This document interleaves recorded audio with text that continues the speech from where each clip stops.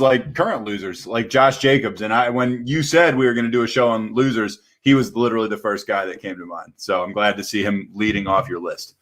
Absolutely. I mean, for one, he's got more competition here with Kenyan Drake added. That obviously cannot be considered a good thing. He was not, for whatever reason, Josh Jacobs had not been seeing much passing game volume last year. He did see pretty significant volume. I mean, third in the NFL in carries, 273, and overall touches, 306.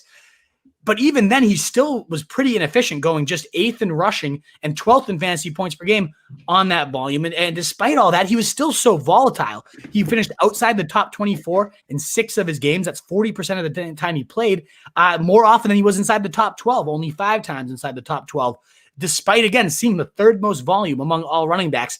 That wasn't good as the situation was with no one else added. And now you stir in Kenyan Drake, who fucked a lot of us last year, and I don't think is this world beater, but still can't be considered a positive for Josh Jacobs at all. The volume is guaranteed to come down now, and he didn't do a lot with what he was getting anyways. And there's reports that the Raiders don't even see Kenyan Drake as just a backup running back.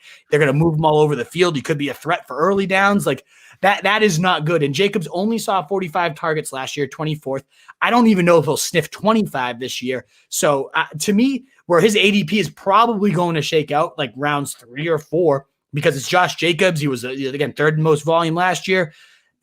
That is where you could get like a Terry McLaurin, these upside type of receivers that could be wide receiver ones. Why go in on a guy with all these warts and question marks? Never mind, we haven't even mentioned his whole line was dismantled. For whatever reason, the Raiders decided to trade away or cut all their top-ranked linemen this offseason, and there's so many statistics and studies done about how consistency, continuity on the line is as important as can be. And now they're going to be starting like 4 new starters, and all 4 of them are replacing the guys that were the best among the line last year. Like, that's obviously not a positive either. So this has just been a disaster of an offseason for Josh Jacobs. I think he is the biggest single loser among all the offseason players. And there's no way I'm going to end up with him on any fantasy teams unless his I was going to say, unless he falls. No, there's no way. There's no way I'm ending up with him on any of my fantasy leagues. I don't care what scenario you throw out there. Exactly. It's not happening.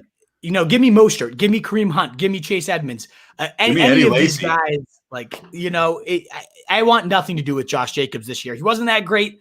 He hasn't, as good as he was at Alabama. He just hasn't really looked that great anyways. Never mind now that he's got no shot at the volume, worse offensive line. Get him out of here. No reason to go into this guy this year.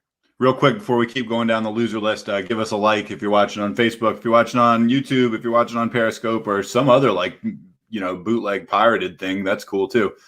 Give us a like or whatever the generic equivalent of that is. We sure would appreciate it. All right, let's keep moving. Pittsburgh wide receivers, they're losers. What is up, you fantasy wolf? Thanks so much for tuning in. If you haven't already, share your thoughts in the comments, check out some more videos, and join the newest Wolfpack by subscribing below.